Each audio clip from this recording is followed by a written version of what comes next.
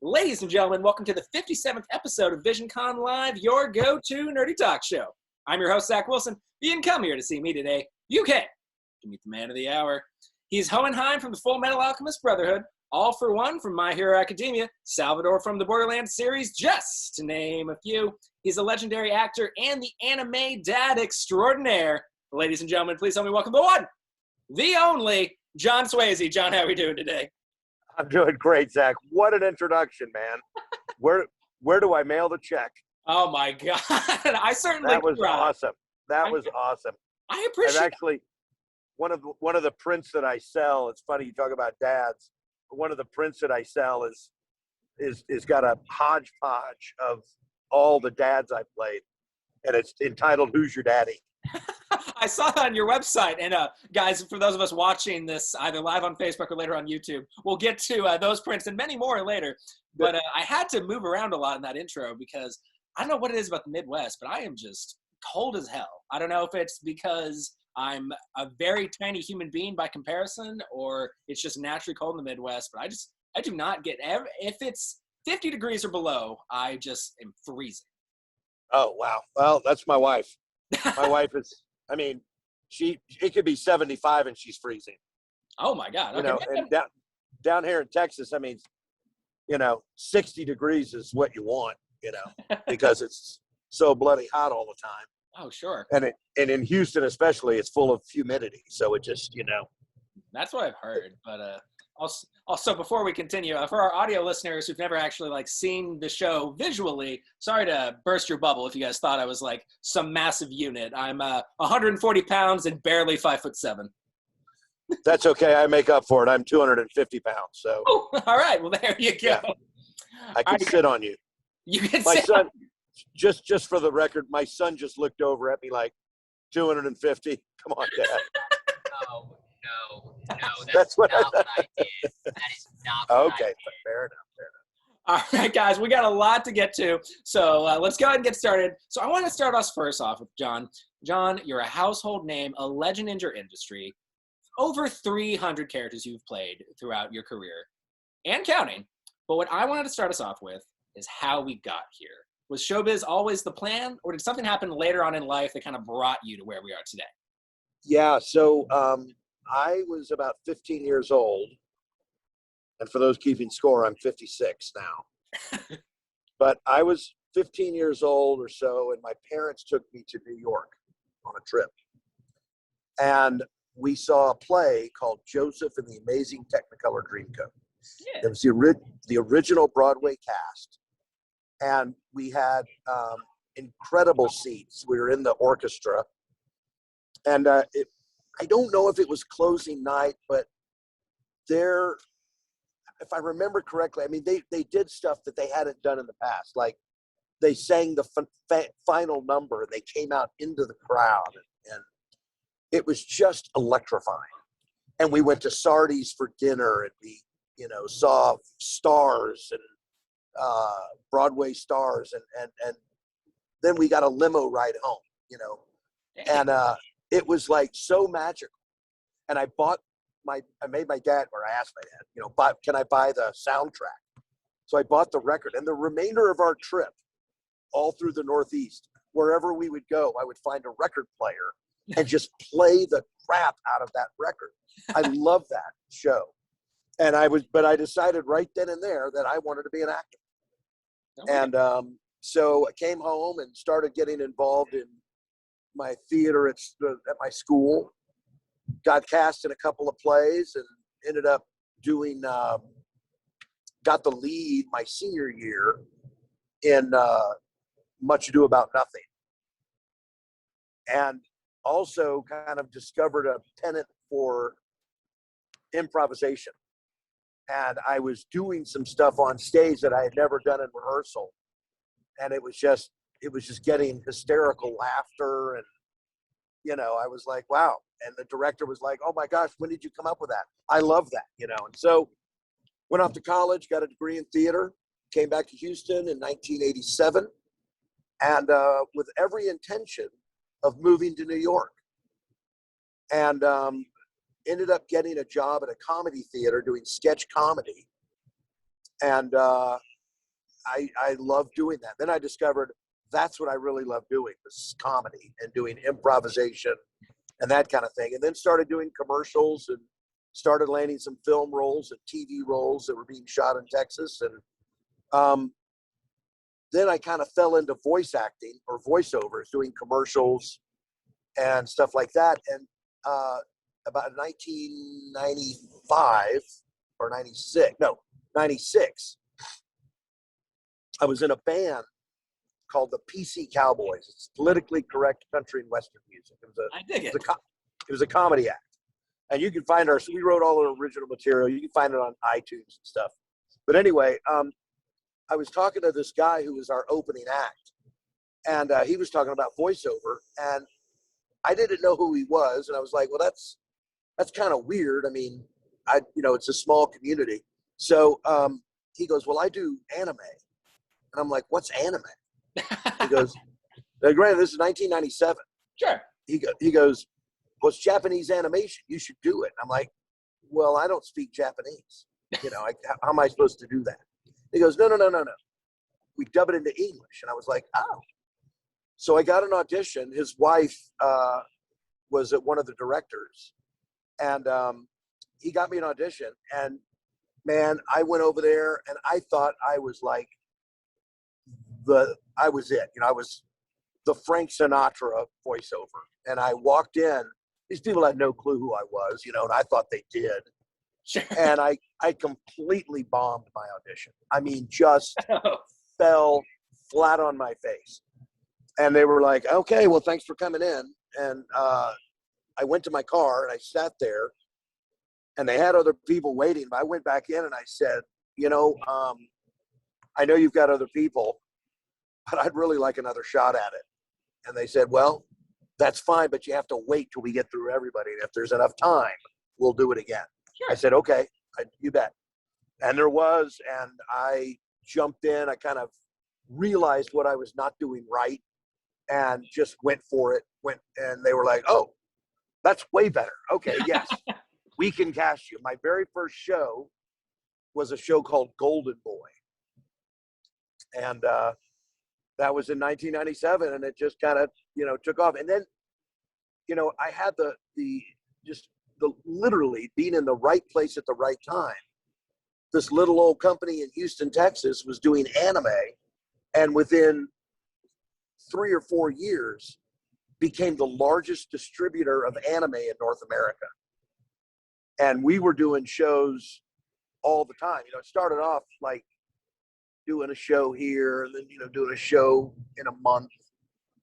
And it suddenly, before they added on studios, and they were, suddenly they had 5 studios running it. And I was just fortunate enough to get in almost on the ground floor. And then I got hooked up with Funimation, and, they were always, Funimation back in the day was looking for a lot of actors, and there were a lot of actors in Houston that could do this ADR thing. So they were a lot of people. That's where Monica started at ADV, Lucy Christian. A lot of the people that are legendary started in Houston at ADV, and then, now they work for all kinds of studios. But so anyway, that's kind of it. And then I started directing probably in maybe 2003, started directing, and was on and off contract director for years. And about a year ago, I finally became a full-time director and employee. So I'm now gainfully employed after 20-something years of doing this freelance. Awesome. And yeah, thank you. And it's been great, and I love it. And I love going to conventions and meeting fans and getting to talk to people like you. And at first I was very self-deprecating and just, like, oh, it's no big deal. I'm nothing, whatever. And I kind of realized that, this brings joy to people. So why should I not celebrate that joy? I don't mean, look at me, I'm awesome. Sure. But I mean, if it brings somebody joy of what I do, that's something to be proud of. It's not something to go, oh, it's nothing. Because then it's like, well, then it can make people use nothing. And I believe in something stupid.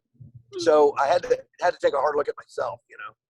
Anyway, so that's kind of what happened, and I still do occasional voiceovers for other projects, and still, well, you know, if I get a commercial, I'll do it. But most of my work, you know, 90% of my work is full time. I think we're losing you, John. How we doing now? Am I Okay, back? that's better. Yeah, that's a little better. Yeah, I've traveled through a little canyon. Oh, Sorry. you're fine. You're fine. It turned into Tron for a little bit. Oh. Well, anyway, I don't know if you heard it, but like I was saying, that about 90% of what I do now is just full-time anime. Mm-hmm. Yeah. So. And I will say, before we continue, I wanted to say two things. Number one, plenty of you have already put in the live chat, if you're watching this live on Facebook, your viewers' comments and questions. That's awesome. You guys also can message VisionCon directly, those viewers' comments and questions, and we'll get to those at the very end. But now we love how humble you are, John, but I will say, from a producing side, we've had a lot of people on this show, but this episode that we are doing right now has been one of the most anticipated episodes of VisionCon Live so far. So wow. Well, thank you. That's very, very humbling. Thank you. Well, like I said up top when we started, over 300 characters throughout your entire career. We don't have time, obviously, to touch on all of them, but I wanted to touch on 3 of them. The first of which we would be remiss if we didn't talk about. He's a legend in the series and my personal favorite character in Full Metal Alchemist and Full Metal Alchemist Brotherhood. That character, of course, is the one and only Von Hohenheim. So before we kind of delve deep into Von Hohenheim, just give us a brief overview about the character, any fun anecdotes involved in getting the part, anything at all.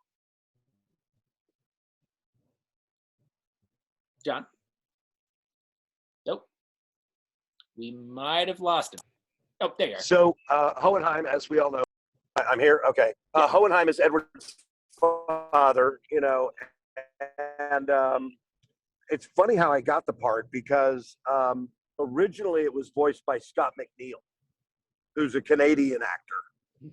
And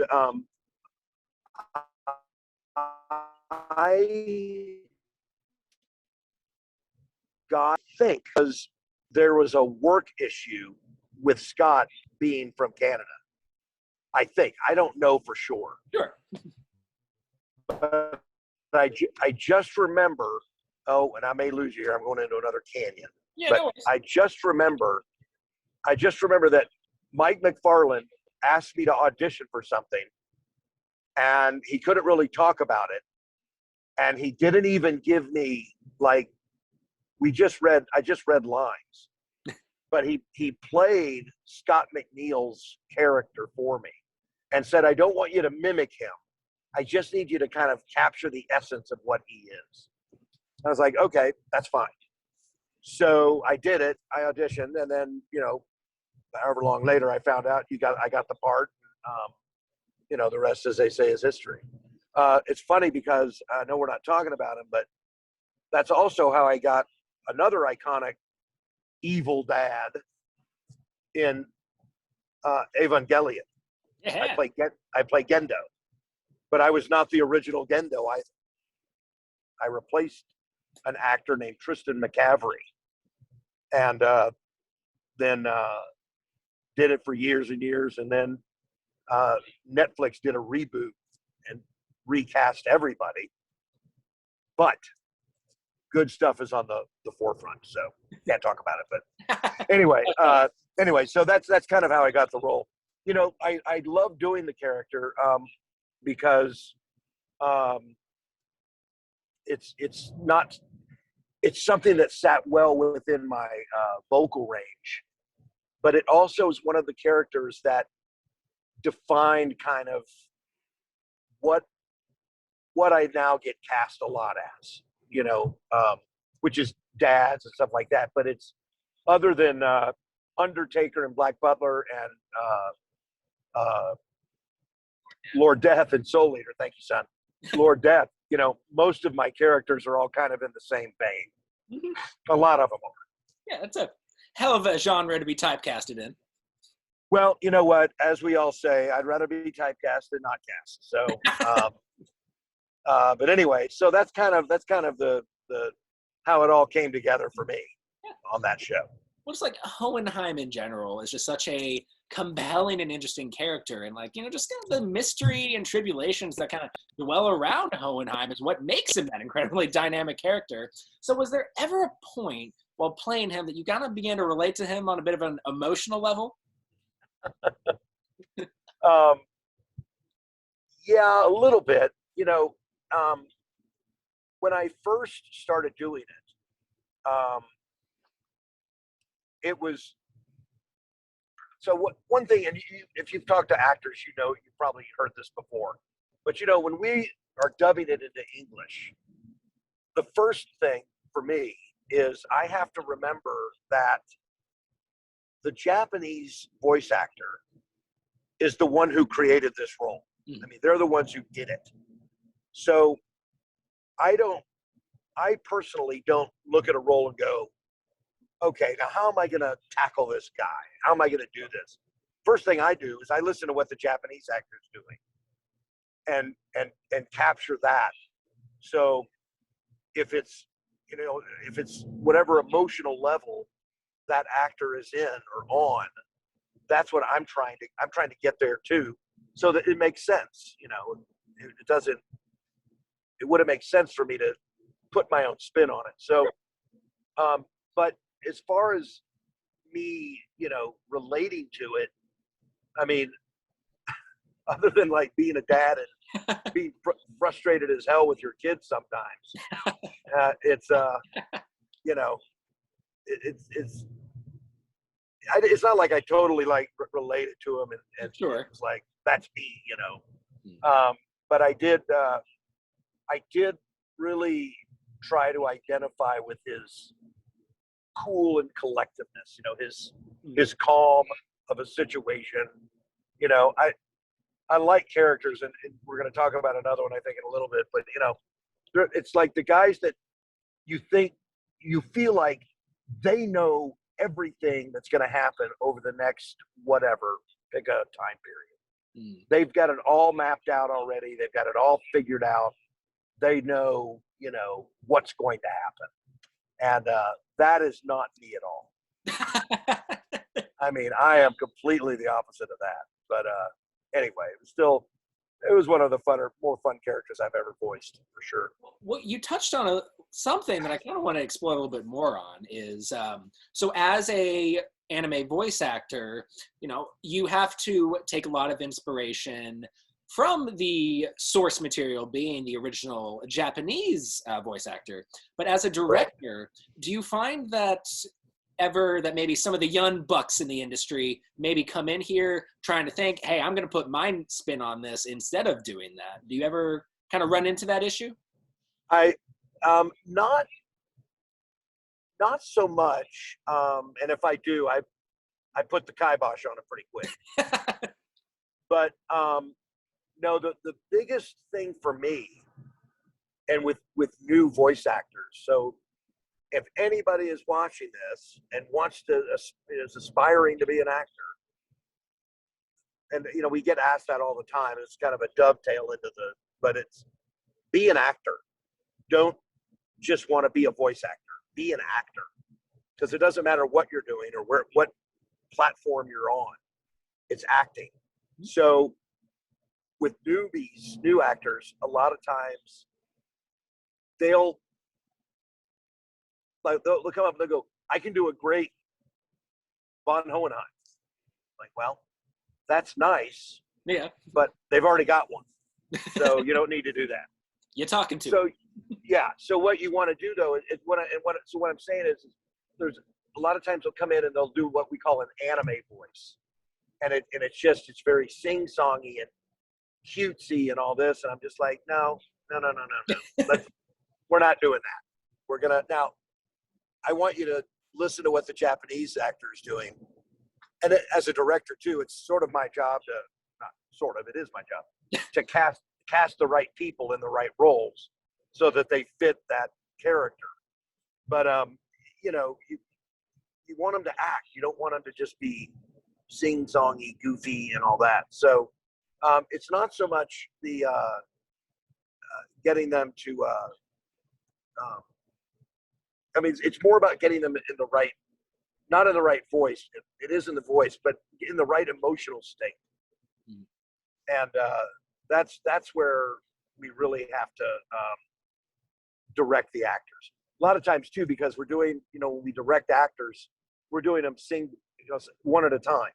It's not a room full of actors. So especially the early actors that come in, they may not always get the context of what the scene is. They're doing lines, and I have to tell them, read the line ahead of yours first, so you understand what you're responding to or what you're talking about or something like that. And then if it's something that's not made clear, then I'll explain, hey, I need you to say this way, because it's not giving them a line read. It's just giving them the context of what they're reading or what they're doing. Got it. So they can give the right performance.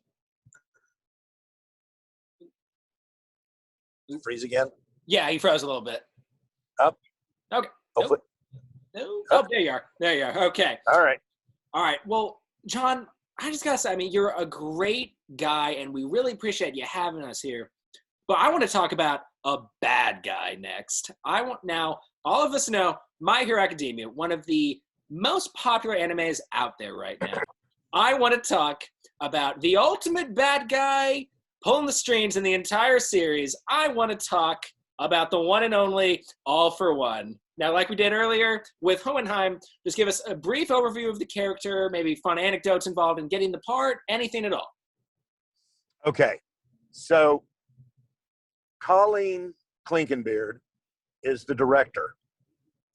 And this was a role that she cast me in where it wasn't a very big part at first.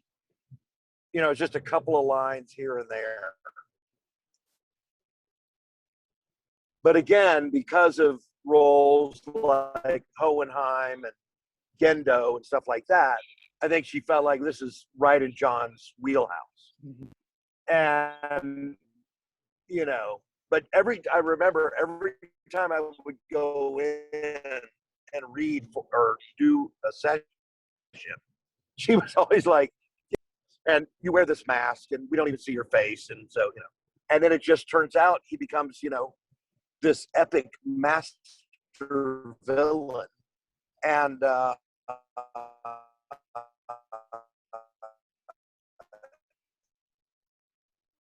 it was just phenomenal. And I'll never from a convention one time, Florida. This is probably 4 years ago. She goes, All for One is a pretty big deal. And I was like, really? Oh, that's cool. And she goes, no. You don't understand. This show is blowing up. And I was like, oh, that's cool. And she goes, Chris Sabat, when he goes to conventions, gets more requests for All Might than he does for Dragon Ball. Oof. And I was like, oh, that is blowing up. She goes, oh my gosh, it's going to be huge. And then a couple of really, really good things happened. Number one, the show got really popular. Number two, my character, All for One, started increasingly having a larger role in the show. And then the pop figures started coming out for him. I think he's got like 4 or 5 of them now. They're so cool too. Yeah, they really are. So, so that was really it. But it was funny because I had no idea that this thing was blowing up like this. Until it was like, whoa. So, yeah. And I love playing them. And I have it on, people always ask, so when are you coming back, or, what's happening? And we never know. I mean, I don't know, but usually the fans know more than I do because they're reading the manga or whatever, But I was informed the other day by a fan that, and I knew this was going to happen. It had to have happened. Sure. but he's going to break out of prison Hell yeah. and raise all kinds of hell. You heard it here first, chat. I knew that had to have been happening. You know, it has to happen. He can't just rot away. And, you know, I mean, it's like Silence of the Lambs, you know. He's going to get out and he's going to wreak havoc.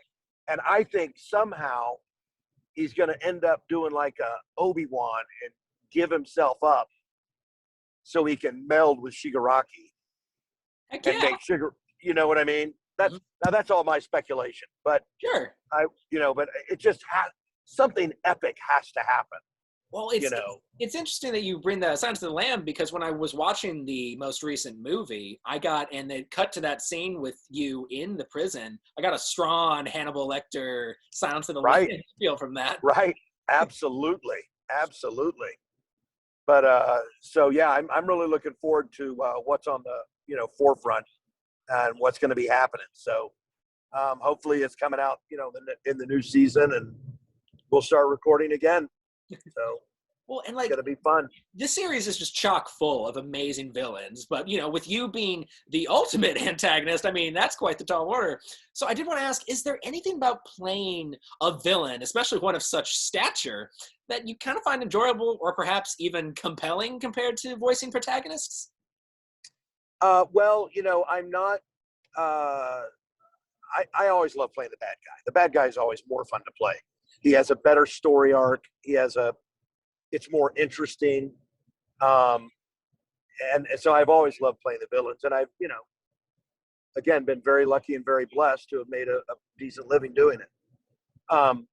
So that's the thing. I wanted to tell you, you asked about anecdotes, and I wanted to share this. Oh, for sure. Go ahead. It just reminded me, but last year, when the pandemic was in full swing,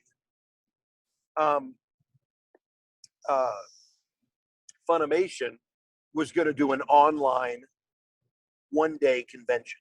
Yeah, I remember. Okay. And during that, they wanted to have me play the video game for My Hero against Chris Sabat's All Might. Oh, that'd be awesome. And so, yeah. So the thing is, though, I am in no way, shape, or form a gamer at all. So they sent me the game and the headset and whatnot. My son has an Xbox, so that was, a PlayStation, so that was fine. And he started playing the game, and he got pretty good at it. So I came up with the idea that we're going to do this, because it was going to be a Zoom call and all this kind of thing. Sure. And I said, I'm going to play, and I'm going to have the camera like this, and I'm going to look like I'm playing. But my son is going to sit next to me, and he's actually going to play. You dog. And Colleen thought it was brilliant. She goes, oh, my gosh, yes. Because, Josh, you need to get over something. It was like, there's, for one thing, it would have been about a 30-second video if I played. Sure. So anyway, so we were, and then at the end I would reveal, well, it was actually my son, and so we won. So the first game, the first match, we won. Now, I don't know if Chris was just doing a rope-a-dope and let me win one, but then he slaughtered me the second and the third game. So, and Josh, my son, was basically, he goes, it's the internet. Our internet connection was weak. Josh, oh, okay. Sorry. You're fine. Nervous dad here. So, anyway, but he was saying that we were having a bad connection, and it was, the character was not responding to the controls or whatever. So anyway, we lost, but it was really funny, and they got a kick out of it. Chris thought it was a good idea, and it was a lot of fun. Create a little hubbub. Glad to hear that Chris Sabat's a homie too. Chris Sabat is a wonderful, wonderful guy. He really is. He's one of my favorites, and I just think the world of him. And he's just a very, very nice and very down to earth, genuine fellow. Oh. Very good guy. So. Oh, so sweet. And before we continue, for our audio listeners, John Swasey right now is on the road, so that's what the connection kind of things are about. So, but yeah, I apologize. Oh, don't even worry. But before we continue, guys. Oh, did we lose? Oh, there you are. Okay. Before we continue, guys, since we're about the halfway point, I did want to reiterate, plenty of you guys have both messaged Visioncon directly and put in the live chat your viewers' comments and questions if you're watching live. You still got time to do so. Just wanted to remind you, you still have a little time before we get to those. But the last character I wanted to explore, we're jumping a little bit from anime and going to video games. I want to talk about a beloved character from a series that perfectly blends, comedy and characterization with also fast-paced gameplay. That game, of course, is Borderlands. So I want to talk about the one and only Salvador. Now, like we've done, just before we dive too deep, just give us a brief overview, funny anecdotes, anything at all, John. So yeah, Salvador.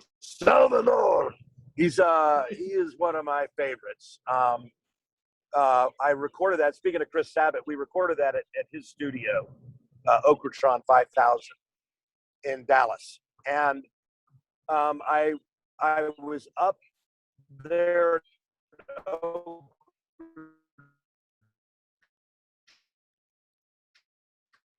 on doing something and video games, and I auditioned for a couple of roles. One was Salvador, and another one was a smaller character called Flank Steak. And I ended up getting both of them, but Flank Steak was just a minor character. Sure. But I got Borderlands, and again, I'm not a gamer, so I was like, okay, this will be fun. And now recording for a video game is much different than recording for anime, because it's what we call prelay, where we're laying in the audio before the artwork and the animation is even finished. So it's a lot faster, and but there's a lot of lines you have to do, obviously, because there's different scenarios that pop up. And but everything he does is like this. And it would just shred my voice. I would go up for a 3 or 4 hour session, and it's a 4-hour drive up there. And I would leave the session literally going, "See you guys later." Just blood gushing out of my throat, and it would be the whole 4-hour drive before I even had a voice back.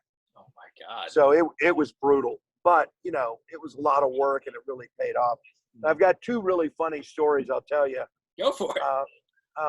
One of them I need to ask you about, but I was doing a convention up in Nebraska, Wisconsin. And I was one of the things they wanted me to do was play. They were going to have a panel where people were going to play the game, and they wanted me to comment on it as Salvador, like a play-by-play. Well, up to this point, I'd not even seen the game, so they've got it on a giant screen. And these guys are playing on it, and I'm just looking at it going, and they keep going, "Say something." Wow. No, say something funny. I'm like, about what? I was blown away by it. But there's I don't know, are we, how PG is your show? Well, it's a late enough show that I like to, it flirts the line between PG-13 and R. Well, there's a funny joke or funny thing that happened, and it's when people always ask me what's my favorite line. I'll see if I can't give you the PG version of this, but there's all kinds of stuff said, all kinds of stuff done in the game. But there was one point where he's in Gunzerker mode, and he's got both of his guns, and he's just like, going, spraying everybody. Sure. And he's having this sort of orgasmic experience. And he just blurts out, "It's like having 3 male appendages." But that's not what I said. I said it's Sure. like having 3, Yeah. rhymes with Rick. And apparently that never made it into the game. Did it not? No. Which I'm like, why? I mean, it's not like the worst thing ever said. So anyway, I always get when I tell that joke at conventions and stuff, or tell that story, I always get a lot of laughs, obviously, and that kind of thing. But the funny part is I told that story at many conventions, and I was doing a convention down in Miami one year, and we were doing autographs, and these guys show up, and they drove all the way from Ohio. Wow. Down to Miami, Florida. And they came up to my table. I was doing autographs. They came up to my table, and they pulled out this piece of wood about a foot by foot, 12 by 12. Sure. And it was a thick piece of wood, and it had a wood burn of a character I did named Wong from a show called Darker Than Black. Yeah. And I was like, oh, that's very nice. How thoughtful of you. I appreciate that. Very nice. They go, we have one more. And they pull out another identical piece of wood that has a wood burn. And it says, it's like having 3. And I was like, oh, this is great. Thank you. I can't wait to show my wife this. I'm like, what am I supposed to do with this? I'm like, honey, we'll put it on the mantle. Put it on the mantle. So, yeah, my son just goes, whatever happened to that? I'm like, pretty sure it got 86th. It got lost in the move. Yeah. But anyway, it was fun. And that character was so much fun. I was thrilled when I got a call from Joel, the ADR director over there, who Joel used to work at Funimation. And then he went over to Gearbox and become their full-time voice director. Hmm. But I knew him from Funimation days, and he didn't direct 2, but he did direct 3. And so I was thrilled when Salvador got some DLC. Yeah. It's not playable, it's a commentary. Hmm. But it was still a lot of fun, and I was glad to be a part of the show again. And I was asking him the other day, I just said, hey, they're doing this live action movie. And I wonder, you think Salvador will make an appearance? And he's like, I don't know, And I was trying to think, like, they've hired on a bunch of actors, but if they did, who could play Salvador? That'd be a tall order.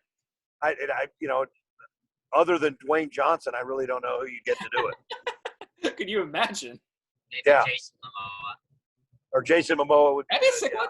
That'd be a sick one if he was like on his like knees, maybe. Yeah. Right. Well, I want to make sure we have enough time for viewers' comments and questions because we're running a little behind. But I really want to get to the next thing that I want to talk about. Now, all of these things, they're incredible characters directing, but a lot of people may not know this. You're also trying to give back to the world in the form of literature. Now, I want to talk about Jungleberg. So let me get this on screen real quick. And real quick, for our audio listeners or people that are just tuning in right now, I've got all of the links that are going to be talked about during this interview, plus more, with this being one of them, in the live chat if you're watching this live on Facebook, or if you're watching this later on YouTube or Spotify. Going to be down there in the description box below, guys. But so, John, tell us all about Jungleberg, where the inspiration has come, how people can contribute to it and buy a book, anything at all. Right. So Jungleberg came to me several years ago. I was reading a book to my daughter, my 4-year-old daughter at the time. No. Well, I don't know how old she was, but anyway, it doesn't matter. But it was a book. Okay, use your right, son. No, flip it, push it forward. There you go. Okay. I was reading a book called The Lion Who Wouldn't Brush His Teeth. And it was this cute little book about a lion who wouldn't brush his teeth, and he had bad breath, and all the other animals of the jungle were afraid of him, but mainly because he had bad breath. So once they told him and he brushed his teeth, everyone loved him, and they all got along. Anyway, as I was reading, I thought, oh, this would make a fun little audiobook. And I won't bore you with all the details of that, but it never happened. But then I thought, I work with a company here in Houston called Texas State Optical. It's an eyeglass, an optometric business. And I thought, what if I did, I'm going to do my own story. And so I came up with the idea of this monkey who swings into things, and it turns out he just can't see very well. And so he has to go to the eye doctor, but he's afraid of going to the eye doctor because it's the doctor and he just doesn't know any better. But then he goes to the doctor, and turns out everything's fine. And he gets glasses, and he, life is wonderful. And so I've got an old partner, the guy that I used to do the PC Cowboys with, who I met originally when I started acting at a place called the Comedy Workshop back in 1987. We collaborated on this book, and we got a friend of ours, Blake Shepard, who's an illustrator and a voice actor, to do the illustrations. And we sort of started coming up with the idea of not just doing one book, but of doing a series. And so we created the Jungle Bird Children's Reading Community. And Jungle Bird, the idea for Jungle Bird was kind of born out of the anime community. And, the anime community is very inclusive and accepting.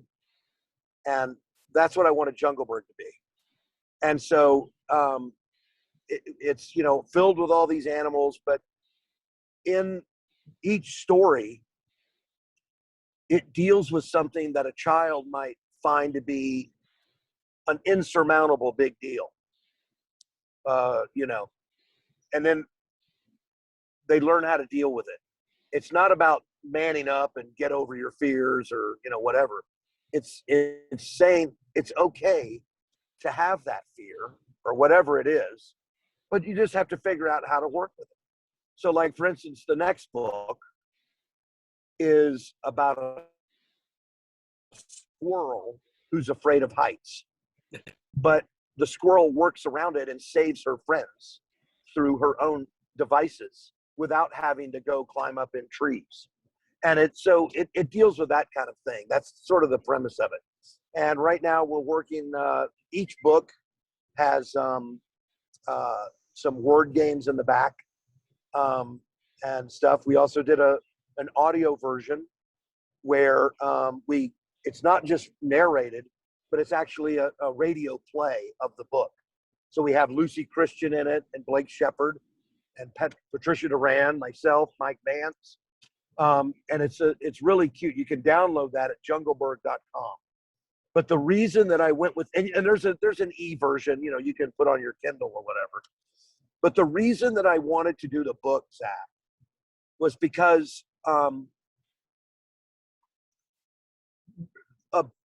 child holding a book, physically holding a book, or a parent with a child in his or her lap reading a story to their 5 or 6 year old, or a grandparent, that's invaluable to me. That is the essence of a solid foundation, and reading is, 90% of my work is reading. If I can't read, I can't do the scripts.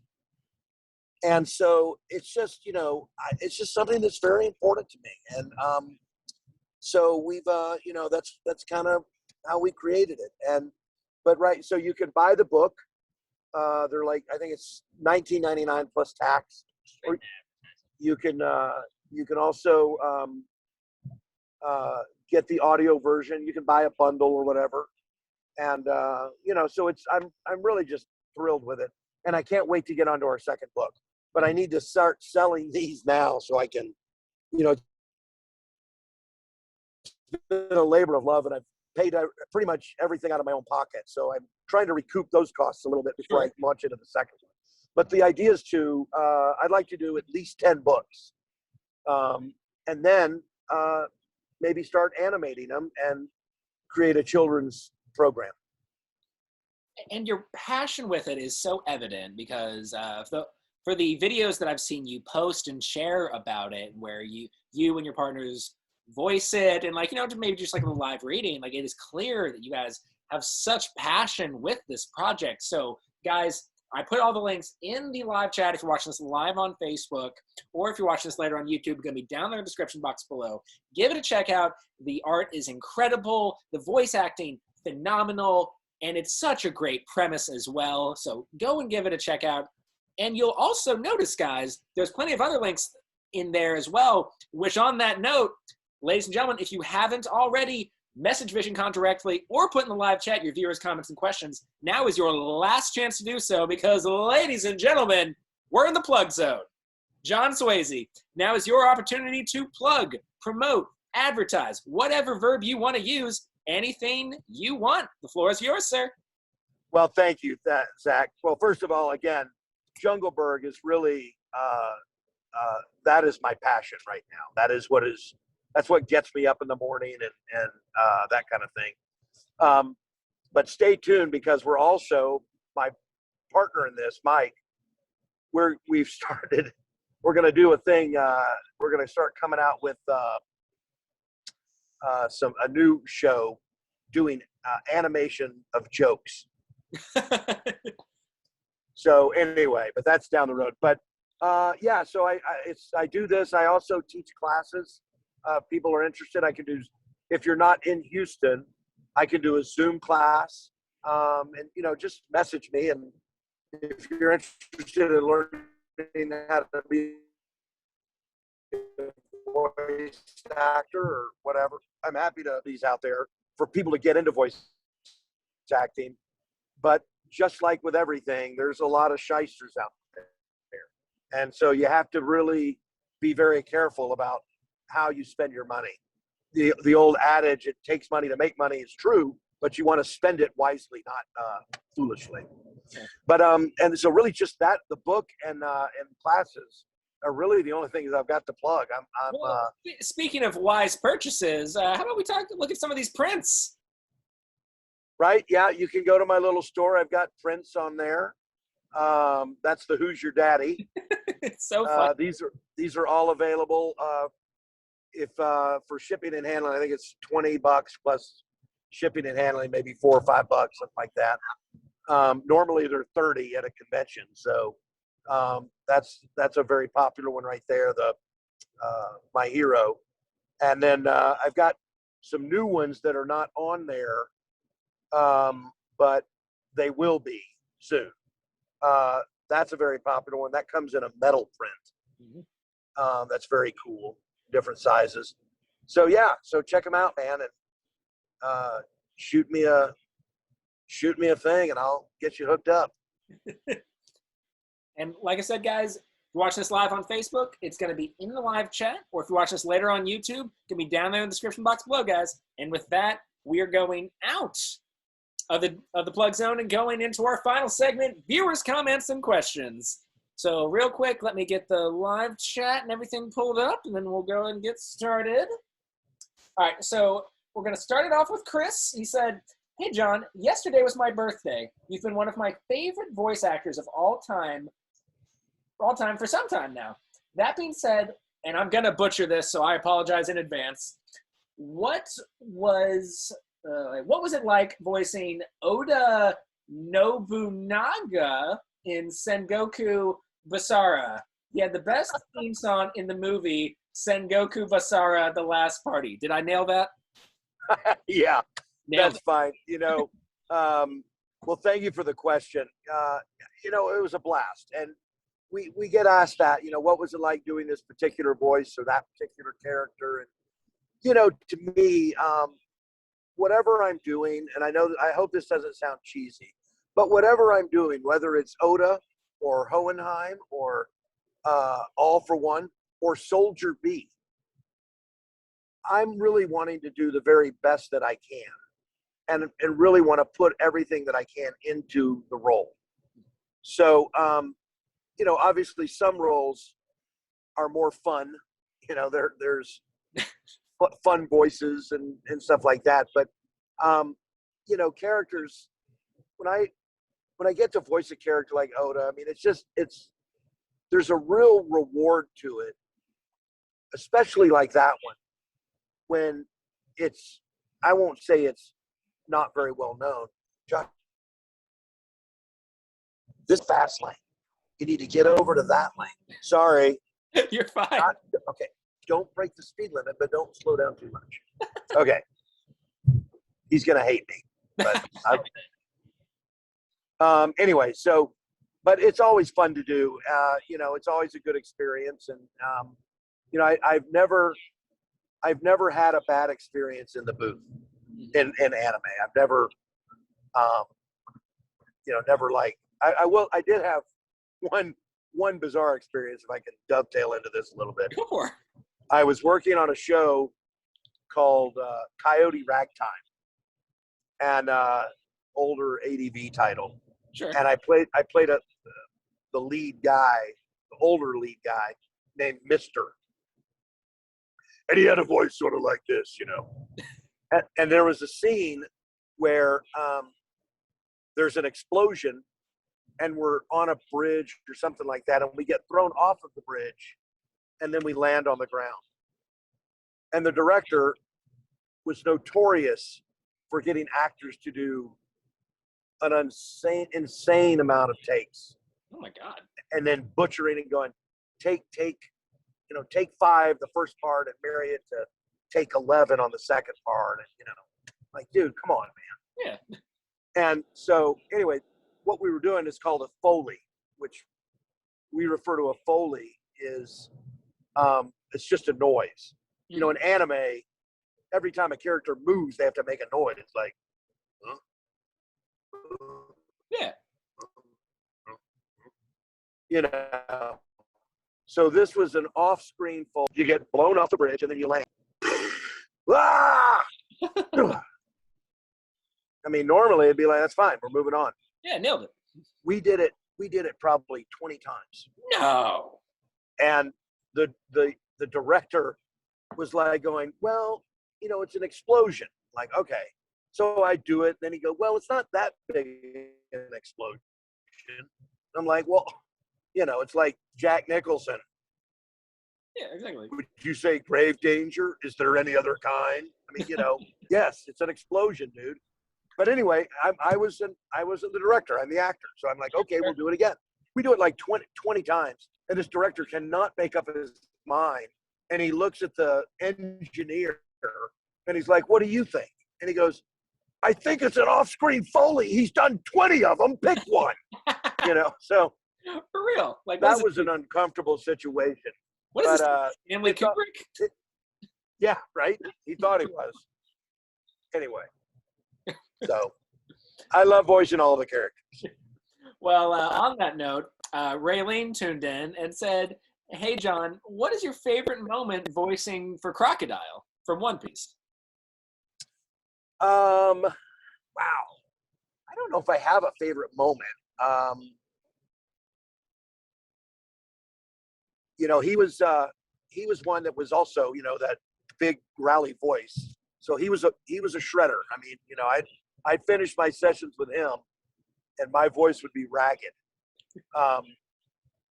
But probably the most epic times were when I was fighting Luffy. Mm-hmm. And they'd be these long battles, and he's just like, yeah! A lot of that. And a lot of times too, when we do that, well, pardon me, we have a script, but a lot of times we'll just play it to picture. Mm-hmm. Sure.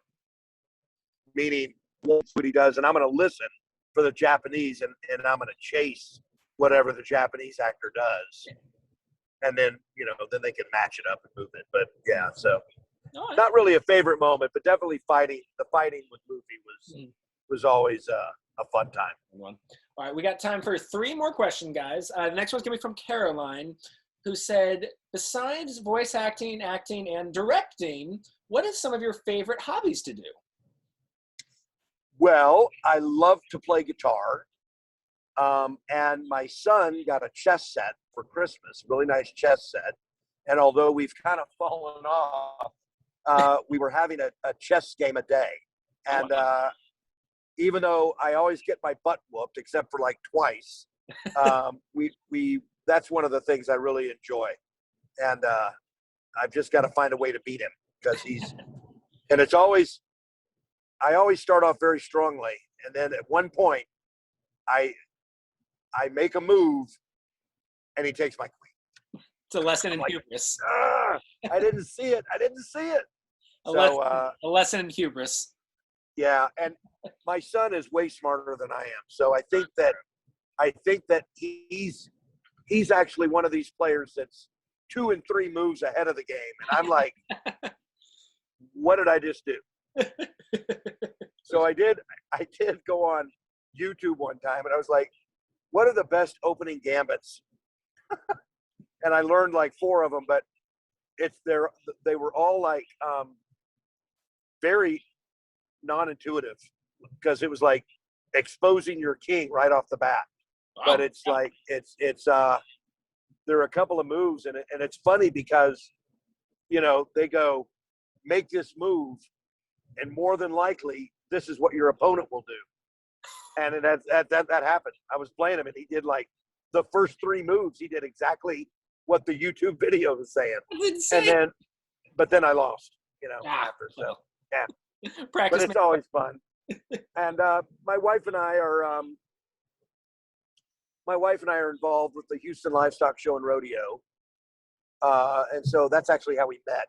Aww. And so we volunteer for that, and so that's pretty much it. And then play guitar. My favorite music, in case anybody wants to know, my favorite band is the Grateful Dead. Hell yeah! And in fact, I also equate going to conventions a lot like going to a Grateful Dead show. Everyone is there for a good time. No one is there to hassle anybody. And we're all there just to have fun and get along. And there's freaks and geeks and weirdos everywhere, and nobody cares. And, I personally think that the world really could learn a lot by going to an anime convention and just see how people get along. Beautifully said. So, well, speaking of conventions, Charlie tuned in and said, will you be coming to Yamacon in Tennessee this year? I know you were scheduled on 2020, but didn't happen. So far as I know, yes. I just spoke with my agent the other day. There was one convention that was going to be in Memphis called Anime Blues that they canceled again. But she said, but Yamacon, I guess, contacted her and said, we're still a go. So, I'm just coming from a convention and, I put on 2 conventions myself. One is called Anime Dallas and the other one is called Anime Houston. And we were going to start this past December, we did Anime Dallas. It was our 3rd year. But and Anime Houston was going to be last year in March, but of course the pandemic hit, so we moved it to August because a lot of people thought, well, by August things will be under control. We canceled it again in August, and it was going to be again this year in March. I canceled it again and moved it to August. But and I don't really want to go into a lot of this, but sure. I caught a lot of grief from people when I put it on in December in Dallas. And I was, people getting all over me like I'm going to be a super spreader and blah, blah, blah. But I had been to some shows over the year where I saw how they were doing things. And, social distancing and wearing masks and continuous washing and, and I was like, this can be done. We can do it safely. Mm-hmm. And we did. No one got COVID at my show. And it was excellent. But I caught a lot of grief from the cancel culture about doing this. And so I had to let it kind of I just couldn't do anything about it. I just had to let it kind of die away. Sure. But because my belief is this, and right or wrong, I mean, it's my belief, but COVID is a very real thing, and we have to be very careful. There's no doubt. But it is also something that is going to be here forever. So thankfully, vaccinations are coming out. But, I'm in my car now, but I still wear my mask. They've gone away with the mask mandate in Texas. But everywhere I go, everyone's still wearing one. So, it's important that we do the right things, but we also have to make a living, and we have to learn how to work with this in our world now. Yeah. It's not about putting money over health or over safety. That's not it. Sure. But it's about learning how, like what you're doing now. I mean, you're doing this online thing. I mean, it's like, it's really, it's interesting when you see some of the things that have actually come out of the pandemic that are good things. One of the things is, we have Sentai in Houston.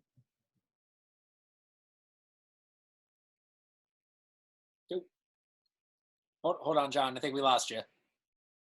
Uh-oh, am I back? Yeah, last thing we heard was we have Sentai in Houston. Sentai in Houston, Funimation in Dallas. But because of COVID, we've had to do a lot of remote recording.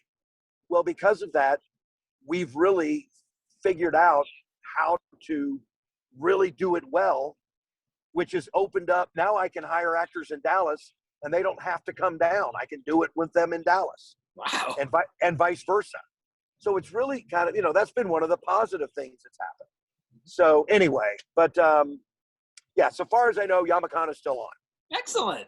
Well, before we get to our last question, there are plenty of John Swasey fans in the chat, one of which wanted to give a special shout out.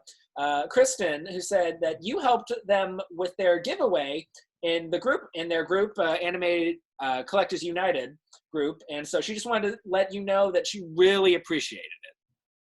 Oh, well, that's very sweet. Thank you. I love helping out any way I can and giving back to a community that's given me so much. I mean, literally, it's funny when people go, if I look back from that time sitting in a theater in New York City, I would have never thought that this is where I would be. I was like, no, I'm going to be a Broadway star. And I guess I still could be, Josh. You're right. But I'm like so grateful and so thankful to the anime world and how it's the proliferation of it just has exploded. And as I say this really quick story.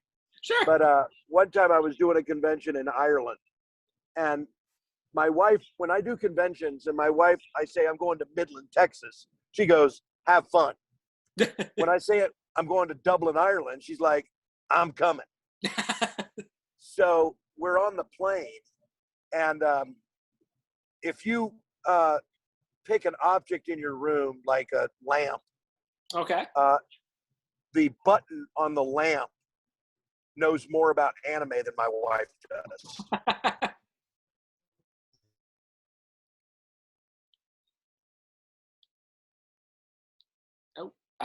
John, I think we lost you again.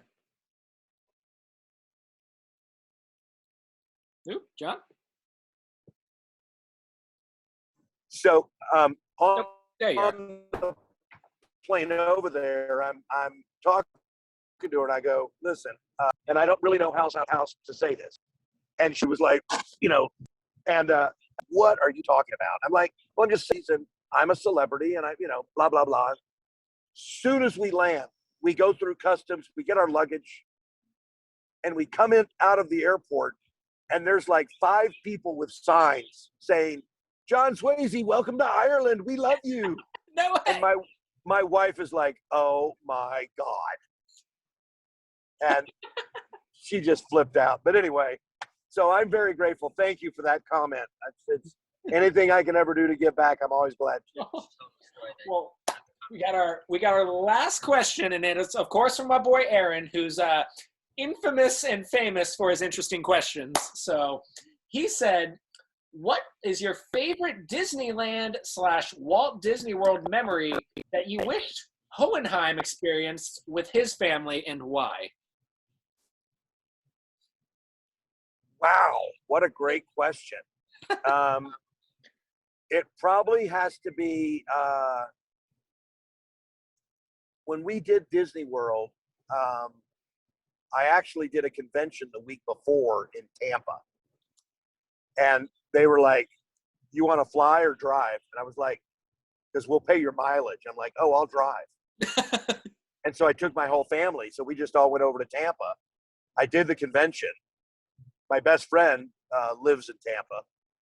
And so we hung out with him and everything. So it was great. Nope. Went over to Orlando. The kid's surrogate grandpa. Oh, my back. Hang on. Hang on. Okay. You there? Am I there? Yep. Here you go. So the thing that I love the most, pardon me, was